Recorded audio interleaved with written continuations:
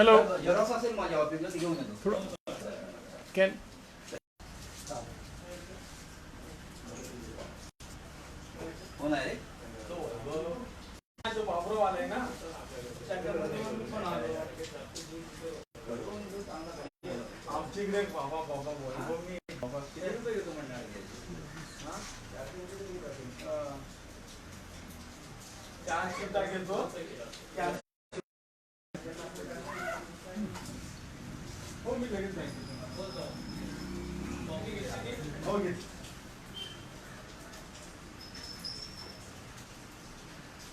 Hello.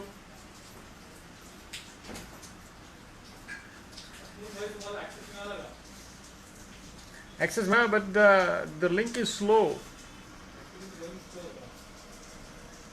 So it keeps connecting, disconnecting. Yeah, broadband connection is not working. It says no internet. See, are you getting broadband connection? Yeah, it's slow. So I think right now what you're giving me is good enough. Pardon? Yes, I have logged in. I have logged in using your you have given me just see our hotspot. Have you given me the hotspot? Yeah. I think you have. Just check. No, I forgot that.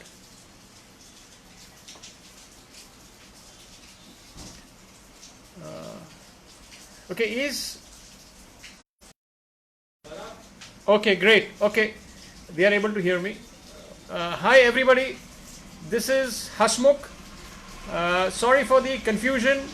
As you know, I live in a remote village in the forest, and I've come into town to deliver this Facebook Live talk.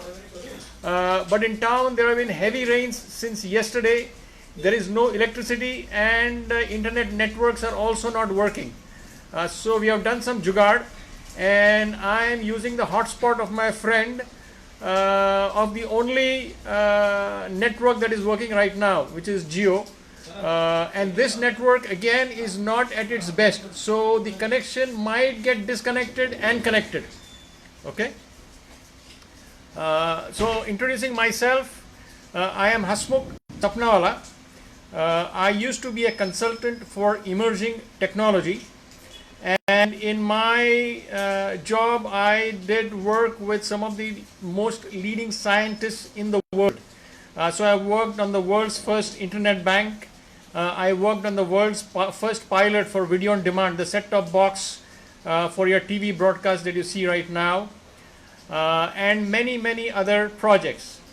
What I did realize when I was working on these is that these research projects that I was working on wouldn't be taught in universities for at least the next 10 years. In all likelihood, the projects that I was working on were in some cases 25 years ahead of commercialization. And what made me realize is that all learning should be through research. So that got me interested. I always wanted to do something that was to work with children and nature in India. Came back to India and I bought land in a forest, which is unreachable. For the first 6 years, I was in an area where the closest human inhabitant was 1 kilometer away. And I enjoyed it. I thoroughly enjoyed it. And I came with the vision to help children learn with nature, but most importantly, to help children connect with themselves. Okay. So here I will start my journey. In research, I am still doing research, and that research topics right now, neuroplasticity, biomimicry, and quantum mechanics. So I will start with neuroplasticity. I will not spend too much time on biomimicry and quantum mechanics because we don't have the time. So in terms of neuroplasticity, neuroplasticity believes that our brains are plastic. They can be molded. A conventional neuroscience believed that our brains are hardwired. To give you an example, conventional neuroscience believed that in a blind person, the visual cortex is dormant.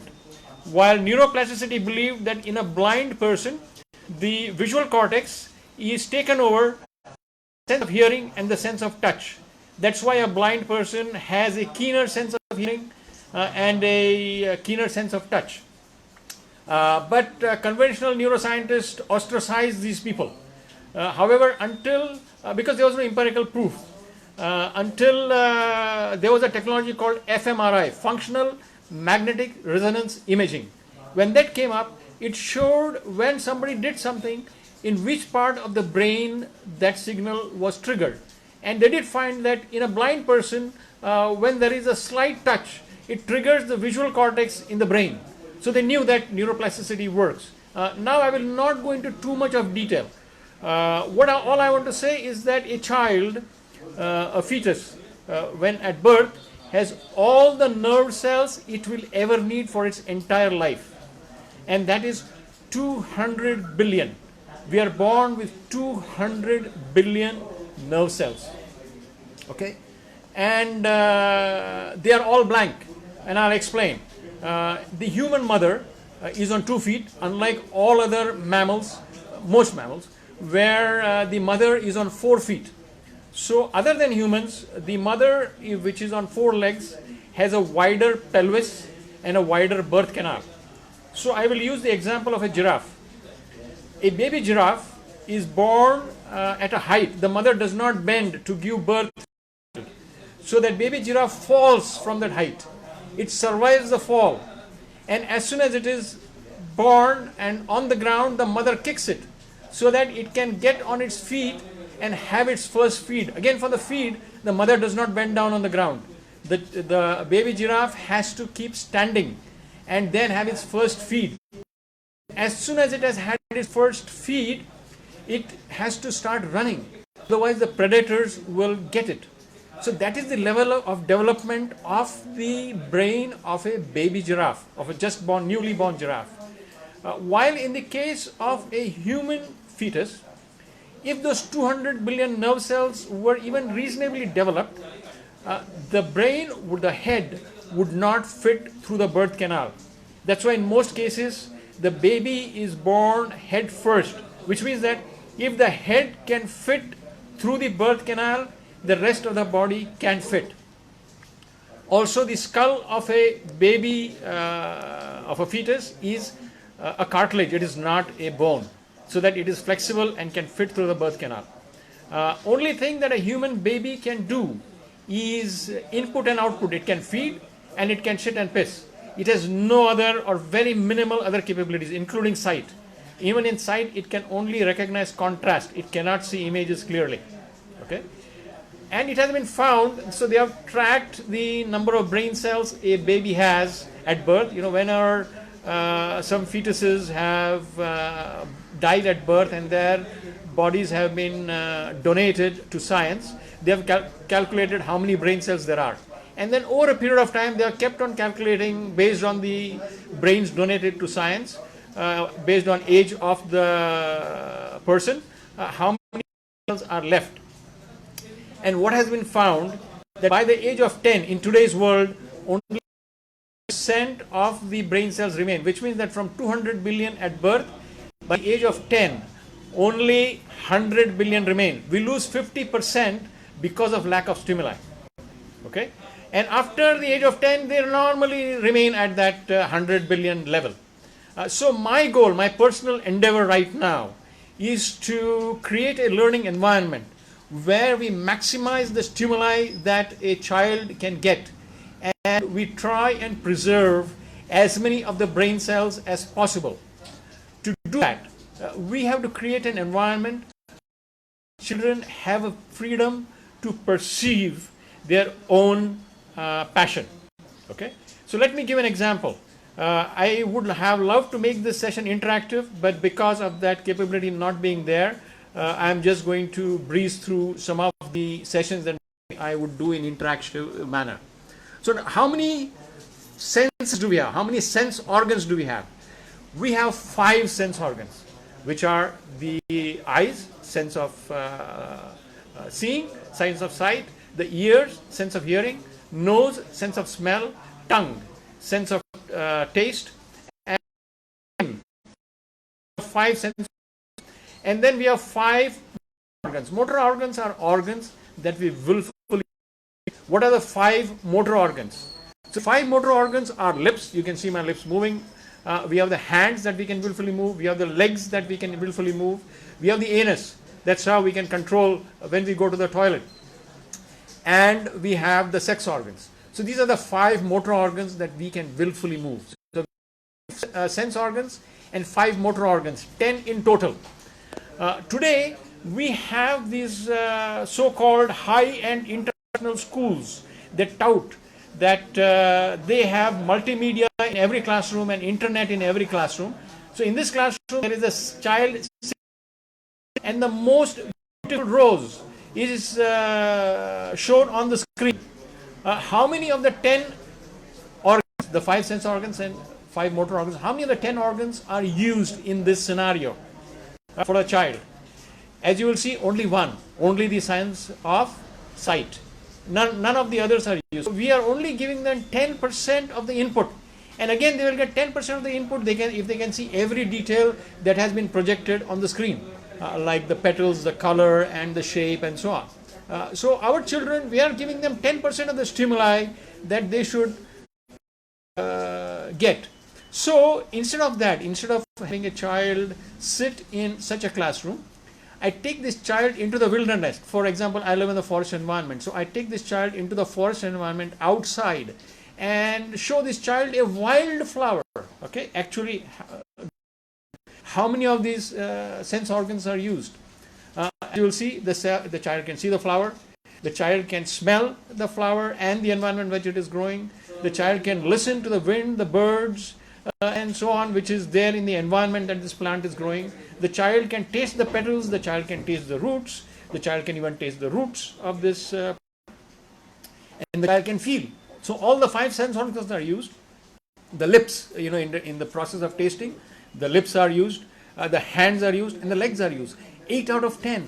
8 out of 10 sense organs are used when the child is learning in nature, and it doesn't cost you a lot. And only 1 sense organ is used when you send your child to this high-end school. And where do we end up sending our child? You tell me, where do we end up sending our child? Are we committing a crime? So my passion right now is to create an environment where children can grow up in nature, because nature has been there for more than billions of years. We have been here just for 100,000 plus years. And to survive those billions of years, nature has acquired wisdom, and we are missing out on that wisdom by not learning with nature.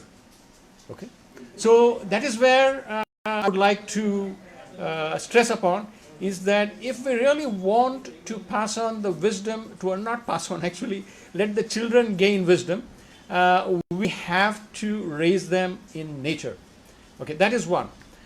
Second is what we are doing today in our system is we are not trusting our children. Okay? And by not trusting our children, by not thinking that they know what they need to do, we are destroying their creativity. We are making them images of us, and we are the past. We have no clue what these children are going to grow up to be in future. In most cases will be long dead and gone, and they will still be alive, and we can't expect them to live the life we lived. We have to help them live the life they will live, and to do that we have to trust them and give them that freedom. So in this learning environment, I have got 5 guidelines. I don't call them principles or rules, they are guidelines. Number 1, don't do anything that will hurt you. Okay, so in the place where I live, Sapna Ranch, whenever children are there, unless they have learned it and are capable of respecting that, we don't let them near electrical outlets. All electrical outlets at Sapna Ranch are 4 feet or higher, at that height, so that small kids can't put something into that and get hurt. Fire, again, if they want to play with fire or they want to light something, they need to be old enough to understand the responsibility of dealing with fire. Number 3, sharp objects. If they want to use knives and all those things, yeah, they can. but they need to know how to use it. We can't let them cut their fingers and things, or play around with that. Number 4, water. So if they go into water bodies, we need to make sure that they know how to swim, and by doing so, we want to make sure that they don't get drowned. So these are all the things where we say don't do anything that will hurt you. So if you want to do any of these things, make sure that you are you have the ability to deal with them, correct? And there are people to guide you. So number 1 is don't do anything that will hurt you, which means in 2 words, respect yourself. Number 2, anything, and by doing so, we are saying because we give you freedom, you can't slap somebody. You have to respect this other person. So we give you freedom that is balanced with responsibility and accountability. So in my research, I've dealt with a lot of things. One of them is Summerhill School in UK.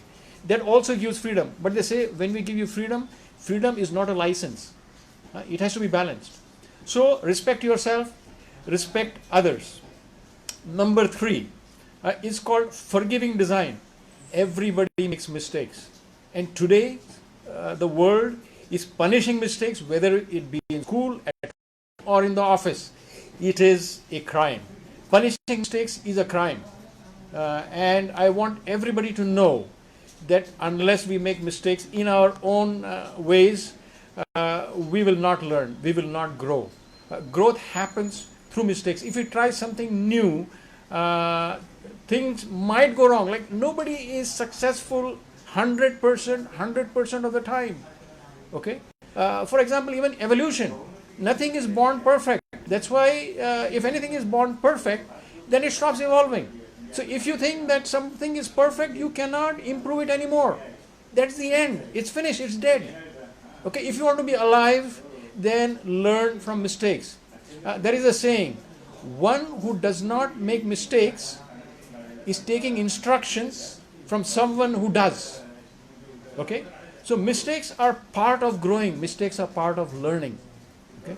So on my farm, when kids make mistakes, I don't shout at them, and I also tell parents and other elders, you will not shout or make any funny faces or anything when somebody makes mistakes, because all of us are making mistakes. Even I have made probably a number of mistakes, but I have accepted them, I have tried to fix them, and I have tried to learn and grow through them. That is why I am who I am today, because I have accepted my mistakes.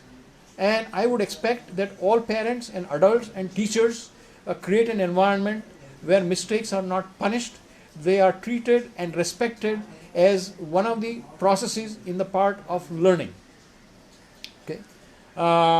Next is also I want to, while we are on forgiving design, I want to show how many of you know the Rubik's Cube. Okay, I am showing the Rubik's Cube here.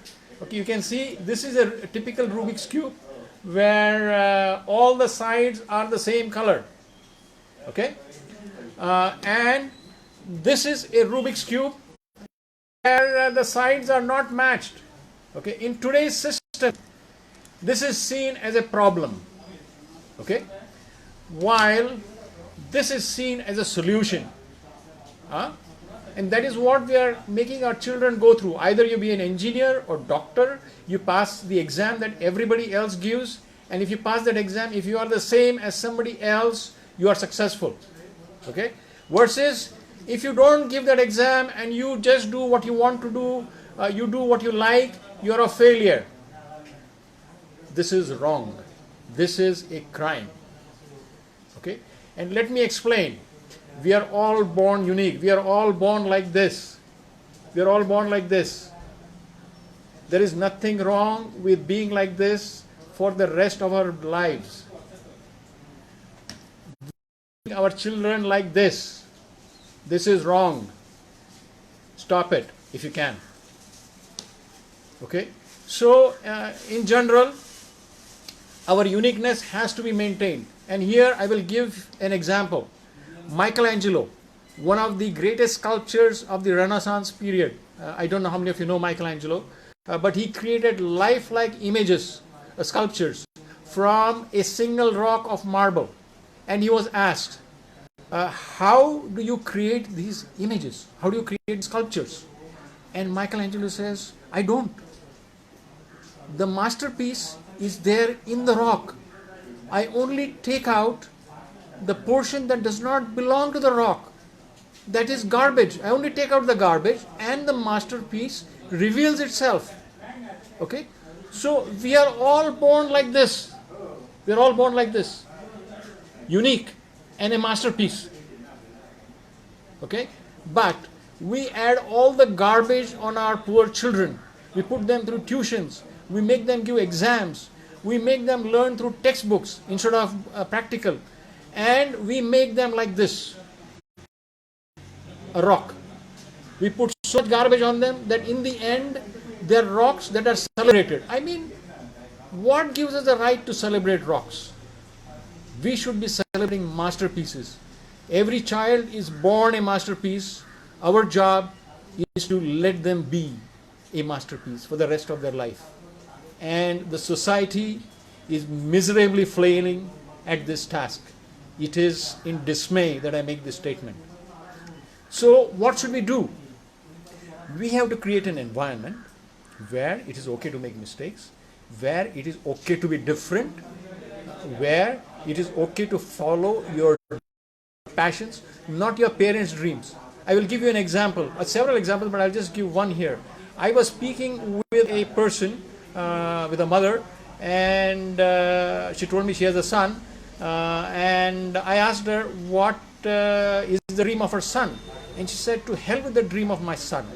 I wanted to become a pilot in the Indian Air Force. I wanted to be successful there. I wanted to be an officer. I couldn't become because my parents wouldn't let me. So I am going to make my son an officer in the Air Force. I told her, you are the biggest criminal I have met to date. We are not there to make our children live our dreams.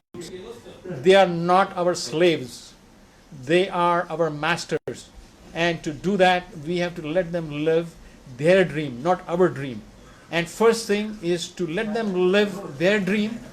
We have to first give them an opportunity to express and become aware of their dream. Even that is not given. Then how will they even achieve their dream? So that is where the forgiving design comes in. Is let them pursue what they want to do. Let them make mistakes and learn. Our job is to support their journey, not support our journey. So I hope I have made this clear. I really don't want to do this in an admonishing tone, but to make you aware, I am struggling in communicating these simple things to most adults and parents. Okay, so forgiving design. Each child is born a masterpiece. Don't put them through tuition classes and exams and all that stuff and turn them into a rock that the society celebrates. Let them be a masterpiece, even if the society doesn't celebrate. To hell with it. At least let the child know that it is a masterpiece, and let the child respect oneself. We don't want others to respect the child. And by respecting oneself, someday the world will know the true value of the child and respect it. So as I said, number one is respect yourself. Number two, respect others. Number three, forgiving design. Number four, go with the flow. Okay, today we are all trying to meet deadlines. Okay, so by doing so, I don't mean that it should be lackadaisical or condescending. To let you know, I was here yesterday at